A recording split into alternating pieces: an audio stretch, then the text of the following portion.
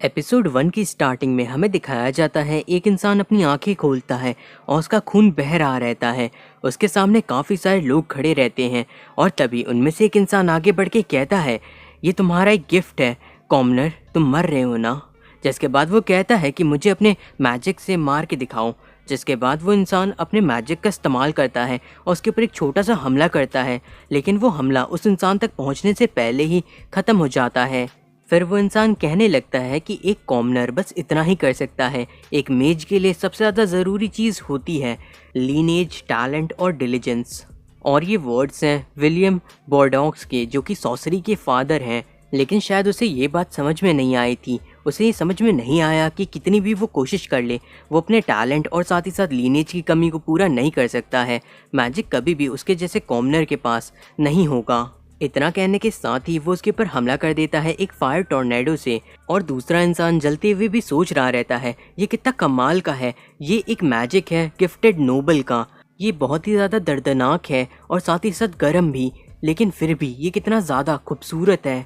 काश वो भी इसे सीख पाता, काश उसके पास भी और समय रहता ताकि वो इस चीज़ को मास्टर कर पाता। जिसके बाद वो जल करके ख़त्म हो जाता है और वो जब अपनी आंखें खोलता है तो वो देखता है कि वहाँ पे काफ़ी सारी मेड्स रहती हैं, लेकिन वो बहुत ही ज़्यादा बड़ी रहती हैं। उसे लगता है कि ये जायंट्स हैं और वो खुद को फायरबॉल से डिफेंड करने का सोचता है, लेकिन उसके हाथ भी काफ़ी छोटे रहते हैं। उसका फायरबॉल काफ़ी ज़्यादा ताकतवर रहता है और वो पूरे के पूरे कासल से ही बाहर निकल जाता है। जिसके बाद हमें दिखाया जाता है कि सारा किंगडम खुशियाँ मना रहा रहता है क्योंकि प्रिंस लॉयड का बर्थ हुआ था। अब इन सारी चीज़ों को देख करके भी वो छोटा बच्चा काफ़ी ज़्यादा हैरान होता है और उसे कुछ भी समझ में नहीं आ रहा था। फिर हमें कुछ साल बाद का सीन दिखाया जाता है जहाँ पे सारी मेड वापस से प्रिंस लॉयड को ही ढूंढ रही रहती हैं। वो मेड से छुप करके भाग रहा रहता है, तभी उसे रास्ते में कुछ नोबल मिलते हैं। तो फिर वो उन नोबल से कहता है कि वो मेड को न बताए कि उन्होंने उसे देखा था। जिसके बाद वो नोबल कहते हैं हाँ वो समझ गए। फिर वो उससे पूछते हैं हंट पे चलने के लिए, लेकिन वो वहाँ से दौड़ते हुए चला जाता है।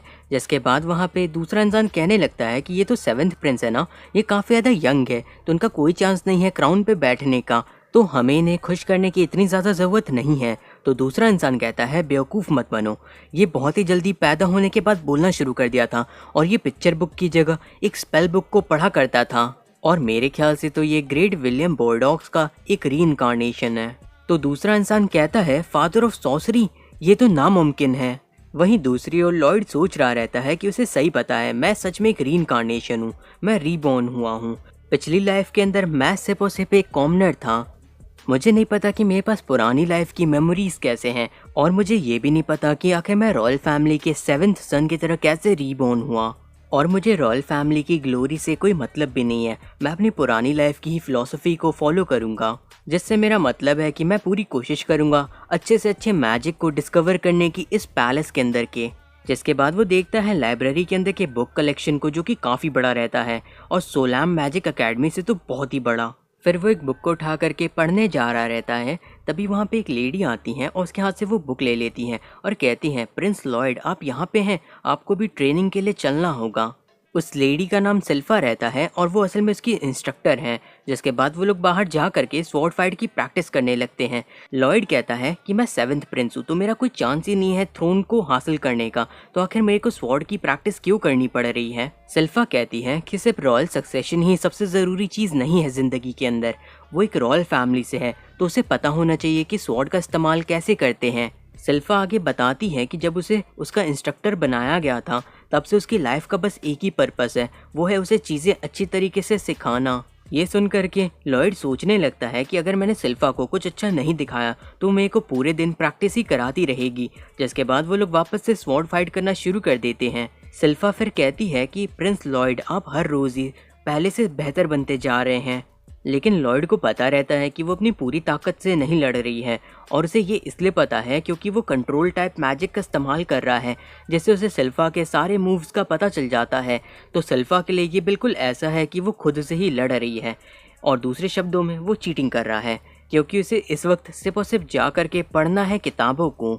जिसके बाद वो सोचने लगता है कि इन सभी चीज़ों के बाद भी उसकी बॉडी की एक लिमिट है, उनके हाथों की स्ट्रेंथ और साथ ही साथ स्टैमिना और हाइट में भी काफ़ी बड़ा डिफरेंस है और इसको कॉम्पनसेट करने के लिए उसे और ज़्यादा चीटिंग करनी होगी। जिसके बाद वो अपने मैजिक का इस्तेमाल करता है और अपने हाथों की ताकत को बढ़ा लेता है, स्वॉर्ड को ग्रो कर लेता है और हवा में उड़ना शुरू कर देता है। जिसके बाद वो अच्छी तरीके से सिल्फा को टक्कर दे पा रहा था। जिसके बाद वो सोचता है कि वो सिल्फा को हराने के लिए एक अनप्रेडिक्टेबल सा मूव करेगा और वो उसके पीछे आकर के हमला करने वाला रहता है उसके ऊपर। जिसके बाद वो सिल्फा को मन ही मन सॉरी कहता है और कहता है कि उसे वो माफ़ कर दे, लेकिन उसे अभी रीडिंग करने जाना है। लेकिन सिल्फा को पता चल जाता है कि वो चीटिंग कर रहा था और वो बड़े ही आराम से उसके हमले को रोक करके उसके सर के ऊपर अपनी स्वॉर्ड से मार के उसे नीचे गिरा देती है। आगे वो कहती है कि क्या उसे सच में लगा था कि उसे नहीं पता चलेगा कि उसकी रीच अचानक से बढ़ गई है। उसने अपनी वुडन स्वॉर्ड को ग्रो कराया ताकि उसकी रेंज बढ़ जाए और साथ ही साथ उसने फ्लोटिंग मैजिक का इस्तेमाल किया ताकि वो उसकी बराबरी पे खड़ा हो सके।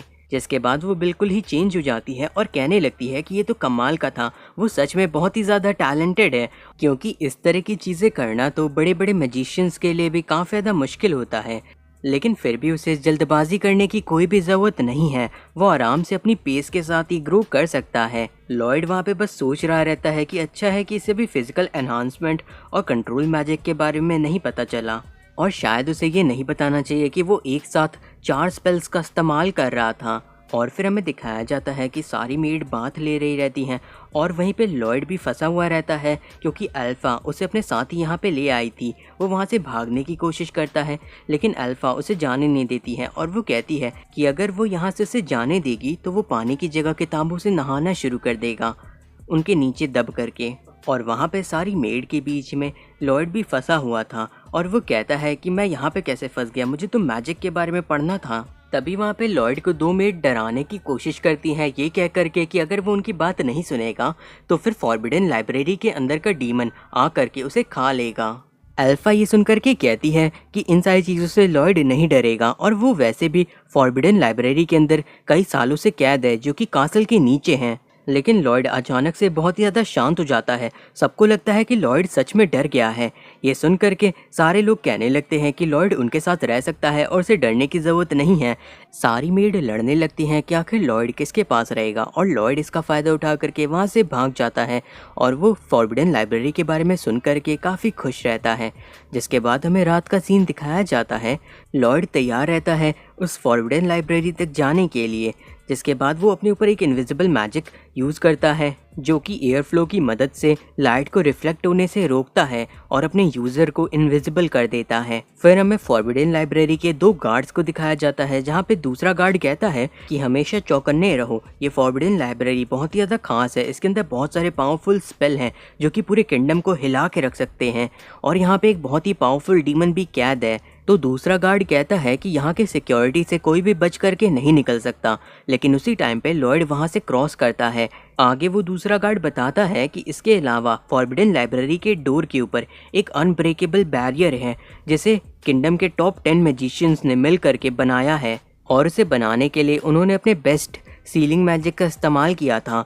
लेकिन लॉयड उसे बहुत ही आसानी से तोड़ देता है और लाइब्रेरी के अंदर आकर के सोचता है कि मेरे को इसके बारे में बिल्कुल नहीं पता था, जबकि मैं यहाँ पे 10 साल से रह रहा हूँ। उसके लिए ये सारी चीज़ें बहुत ही ज़्यादा कमाल की थी, और फिर वो एक किताब को लेकर के पढ़ने बैठ जाता है। तभी वो सील्ड डीमन बाहर निकलता है और कहता है, लड़के तुमने कमाल ही कर दिया, तुमने डोर की सीलिंग मैजिक को तोड़ दिया। तभी लॉयड पूछता है कि आखिर उसका नाम क्या है। ये सुनकर के वो डीमन कहता है, तुम काफ़ी ज़्यादा हिम्मती हो। जिसके बाद वो बताता है कि उसका नाम ग्राइमोर है।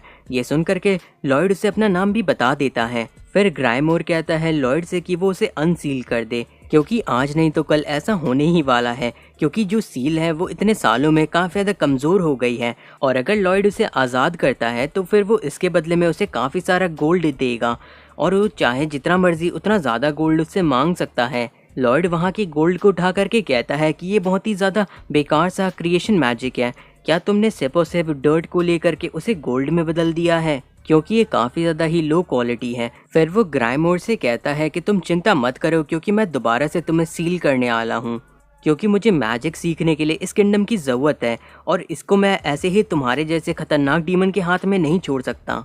ग्राइमोर कहता है कि मुझे उन मैजिशियन से प्रॉब्लम थी जिन्होंने मुझे कई सेंचुरीज पहले सील किया था। मुझे यहाँ के लोगों से अब कोई दिक्कत नहीं है। लॉयड कहता है कि मुझे तुम पे बिल्कुल भरोसा नहीं। ये सुन के वो डीमन कहता है, कैसा रहेगा अगर मैं तुम्हें एंशिएंट मैजिक सिखाऊं जो कि कई सौ साल पहले ही खो गया था। फिर वो लॉयड से पूछता है, क्या बच्चे तुम ये सीखना चाहोगे?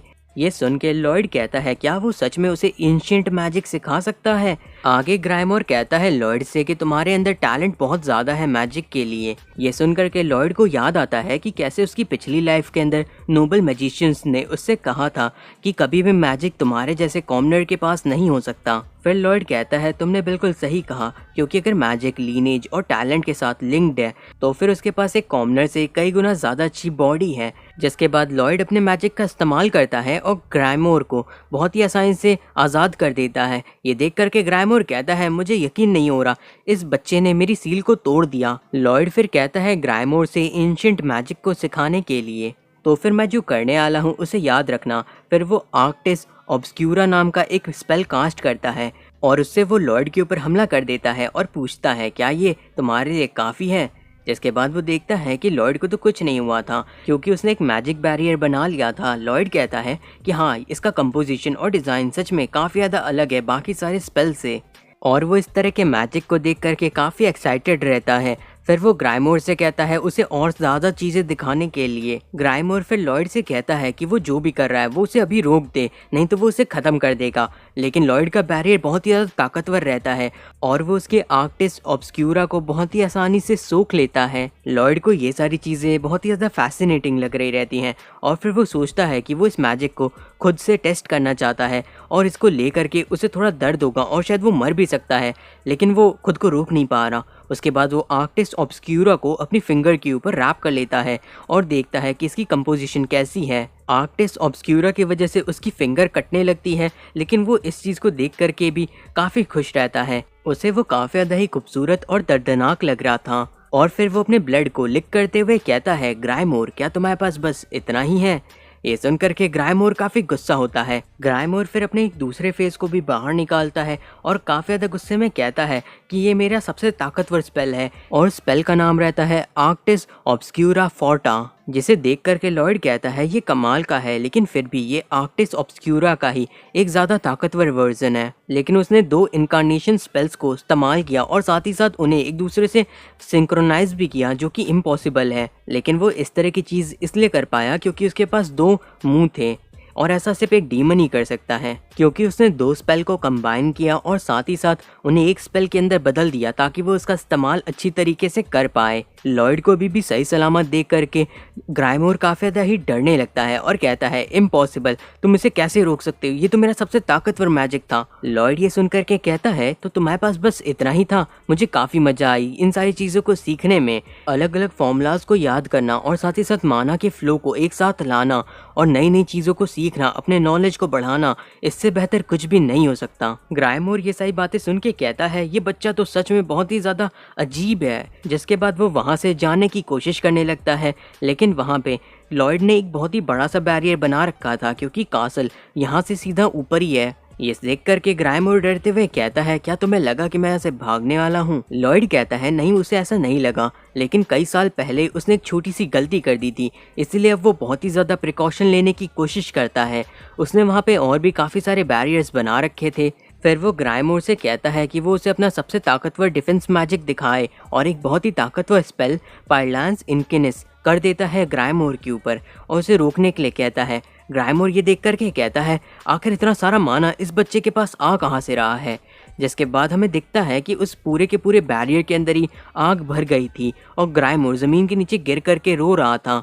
लॉयड फिर ग्राइमोर के पास आकर के कहता है कि आखिर तुमने खुद को डिफेंड क्यों नहीं किया? ग्राइमोर फिर सोचने लगता है कि आखिर इस तरह का बच्चा यहाँ पे क्या कर रहा है। लॉयड फिर अपने मैजिक का इस्तेमाल करता है और लाइब्रेरी को पूरी तरीके से रीस्टोर कर देता है।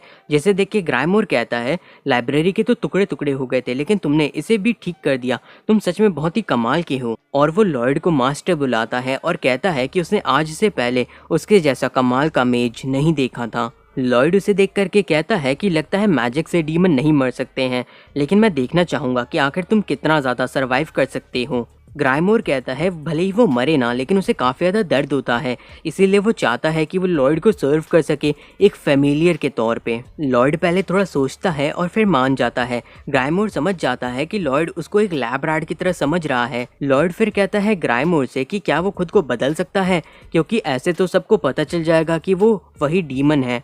जिसके बाद ग्राइमोर ट्रांसफॉर्म होकर के एक छोटे से फॉर्म के अंदर आ जाता है और अपने मन में ही कहता है, क्यों छोटे लड़के, मैं सबसे ज़्यादा क्यूट चीज़ हूँ ना जो तुमने आज तक देखी है। और वो आगे मन में सोचता है कि अगर मैं इसे जीत नहीं सकता तो फिर मैं इसको बटर लगाऊंगा और वेट करूंगा कि कब ये अपना गार्ड डाउन करता है। लॉयड उससे कहता है उसके पॉकेट के अंदर आने के लिए, जो देख करके ग्राइमोर सोचता है कि देखो ये भी मेरी बातों में आ गया, अब मैं इसके करीब जा करके इसकी बॉडी का कंट्रोल ले लूँगा।